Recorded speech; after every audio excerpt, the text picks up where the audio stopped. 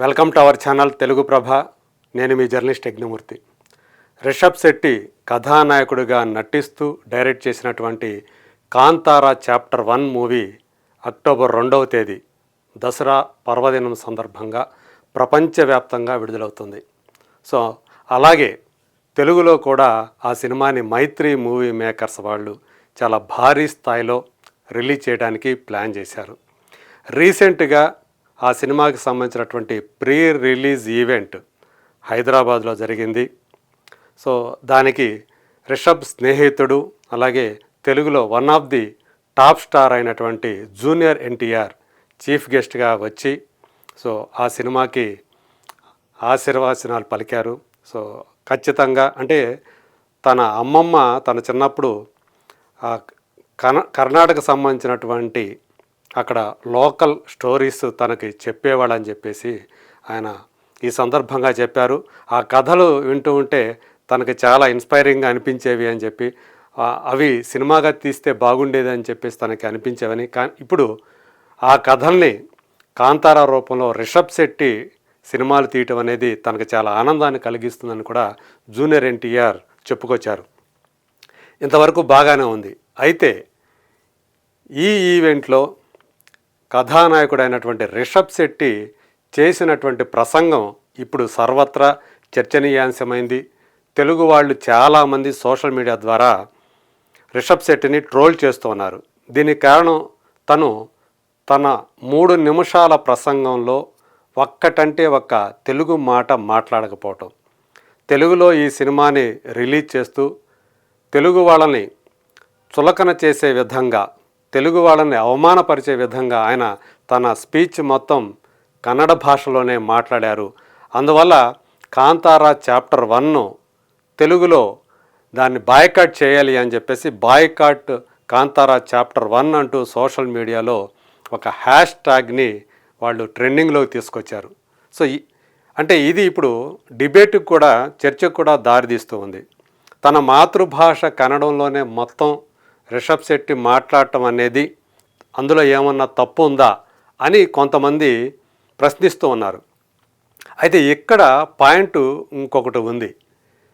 గతంలో తను ముంబైకి వెళ్ళినప్పుడు హిందీలో ఆ ప్రమోషనల్ ఈవెంట్స్లో హిందీలో మాట్లాడాడు. అలాగే చెన్నైలో జరిగినప్పుడు ప్రమోషనల్ ఈవెంట్స్ అక్కడ తమిళంలో చక్కగా మాట్లాడాడు. మరి ఎందుకని తెలుగు నాటకు వచ్చేటప్పటికి, పైగా తెలుగులో చాలా పెద్ద రిలీజ్ కాబోతుంది. చెన్నైతో పోలిస్తే, తమిళ వర్షన్తో పోలిస్తే తెలుగు వర్షన్ అనేది చాలా బిగ్ లెవెల్లో రిలీజ్ అవుతూ ఉంది. అలాంటప్పుడు తనకి తెలుగు రాకపోతే ఓకే, కానీ తనకు తెలుగు వచ్చు, కొద్ది గొప్ప వచ్చు.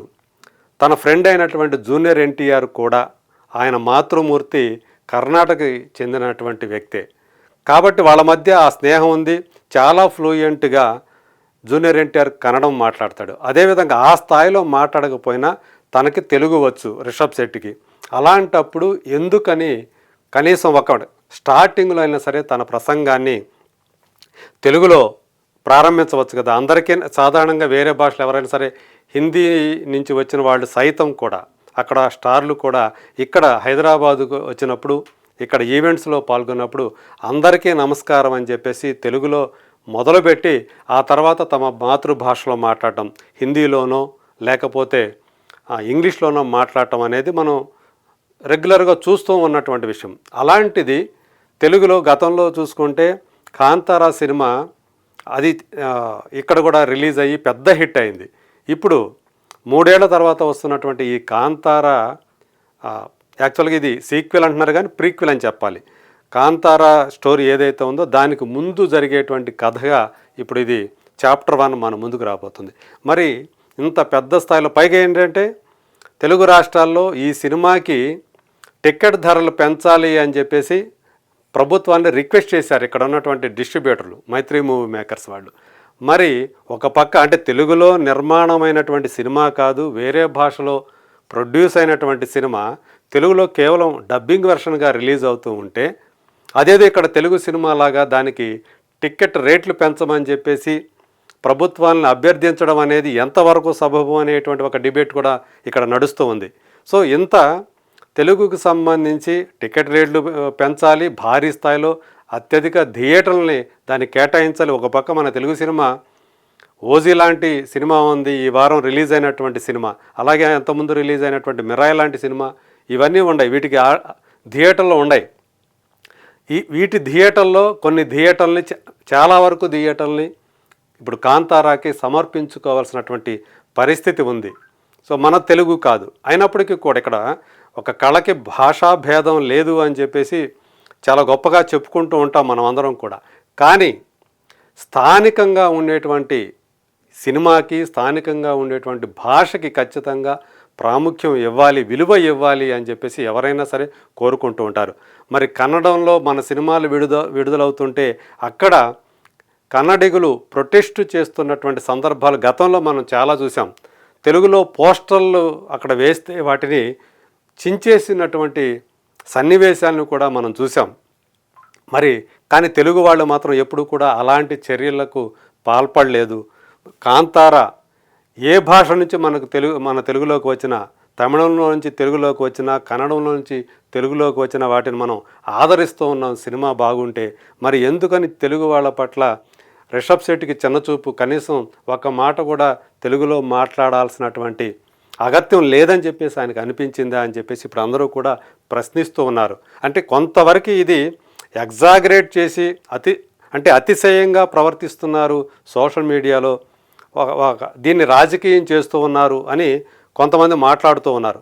సో అది కొంతవరకు ఉండవచ్చు కాక, కానీ చాలామంది మాత్రం రిషబ్ శెట్టి ఆయన అక్కడ ప్రవర్తించినటువంటి తీరు ఏదైతే ఉందో అది ఇప్పుడు చాలామంది తప్పుపడుతున్నారు. ప్రవర్తించడం మీన్స్ ఆయన ఏదో అగౌరవపరచడం కాదు, భాష విషయంలో ఆయన ప్రవర్తించిన తీరు గురించే ఇప్పుడు చాలామంది మాట్లాడుకుంటున్నారు. అందుకనే ఇక్కడ మనం చూడొచ్చు, బాయ్కాట్ కాంతారా చాప్టర్ 1, రిషబ్ శెట్టిని ఏకిపడేస్తున్న నెటిజన్లు అని చెప్పేసి ఇలాంటివే ఇప్పుడు మనకి ఎక్కువగా కనిపిస్తూ ఉన్నాయి. సో ఇక్కడ తను చాలా తెలుగు వాళ్ళు తన సినిమాని ఆదరిస్తారు అని చెప్పేసి చాలా మంచిగా అయితే చెప్పడం అయితే చెప్పాడు. కానీ తన ప్రవర్తనలో ఆ భాష పట్ల కనీసం ఒక్క మాట అయినా సరే మాట్లాడితే బాగుండేది అని చాలామంది అయితే వాళ్ళు ఫీల్ అవుతూ ఉన్నారు. రేపొద్దున మళ్ళీ దీని తర్వాత మళ్ళీ చాప్టర్ 2 ఉండొచ్చు, ఇంకా వేరే సినిమాలు కూడా తను నటిస్తూ ఉండొచ్చు. ఈసారి వచ్చేటప్పుడైనా సరే మాట్లాడేటప్పుడు కనీసం కొన్ని తెలుగు మాటలు మాట్లాడితే దానికి, ఎందుకంటే చాలా సంతోషులు తెలుగు వాళ్ళు అని చెప్పేసి చెప్తూ ఉంటారు. సో తెలుగు గురించి ఒక్క మాట మాట్లాడితే, తెలుగులో ఎవరైనా ఒక మాటలు మాట్లాడితే అదిలో కూడా పూర్తిగా స్వచ్ఛంగా మాట్లాడకపోయినా, సో తెలుగులో ఏదో మొక్క వచ్చి రాని విధంగా మాట్లాడినా సంతోషపడేటువంటి జాతి తెలుగు జాతి అని చెప్పేసి చాలా సందర్భాల్లో చెప్పుకుంటూ వచ్చేవాళ్ళు. సరే మరి ఇప్పుడు అలాంటిది ఇంత పెద్ద స్థాయిలో సినిమాని తెలుగునాట రిలీజ్ చేస్తూ రిషబ్ శెట్టి ఏదైతే తన మాతృభాషని గౌరవించుకుంటూ మాట్లాడాడో అది ఓకే, కానీ తెలుగు వాళ్ళకి అర్థం కావాలి కదా. ఇక్కడ ఉండేదంతా కూడా ఆడియన్స్ అందరూ కూడా చూసేవాళ్ళు, టీవీల్లో చూసేవాళ్ళు తెలుగునాట, అలాగే అక్కడ ప్రత్యక్షంగా ఆ ఈవెంట్కి వచ్చిన వాళ్ళందరూ కూడా తెలుగు వాళ్ళే కదా, వాళ్ళకి అర్థం కావాలి కదా, కన్నడ భాష అర్థం కావాలి కదా. కొంచెం తెలుగుకు మిక్స్ చేసి మాట్లాడితే ఏం పోయింది, ఆయన సొమ్మేం పోయింది అని చెప్పేసి ఇప్పుడు అందరూ కూడా అంటూ ఉన్నారు. మరి ఇది రిషబ్ దాన్ని గ్రహించి తను చేసినటువంటి పొరపాటు ఏదైతే ఉందో, సో తనకి పొరపాటుగా కనిపించకపోవచ్చు కానీ మనకైతే అది ఒక పొరపాటుగానే కనిపిస్తూ ఉంది. తను నిజంగా తప్పు చేశాడని చెప్పి చాలామంది అయితే ఫీల్ అవుతూ ఉన్నారు.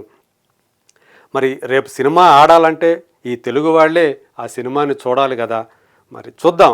మనకేది అయితే కాంతారా మీద చాలా హైప్ ఉంది, క్రేజ్ ఉంది, పైగా తన దర్శకత్వం ప్రతిభ మీద అందరికీ కూడా చాలా గురి ఉంది. ఖచ్చితంగా ఒక మంచి సినిమాటిక్ ఎక్స్పీరియన్స్ని మరోసారి కాంతారా చాప్టర్ 1 తోటి మనకి అందించబోతున్నాడు అని చెప్పి చాలామంది నమ్ముతున్నారు, తెలుగు ఆడియన్స్ కూడా నమ్ముతూ ఉన్నారు. సో మరి చూద్దాం, రాబోయే రోజుల్లో అయినా సరే తను ఇప్పుడు చేసినటువంటి పొరపాటుని పునరావృతం చేయకుండా అతను మసలుకుంటాడా, మళ్ళీ ఈసారి మాట్లాడేటప్పుడు కనీసం కొన్ని మాటలైనా సరే తెలుగులో మాట్లాడతాడా? Let us wait and see.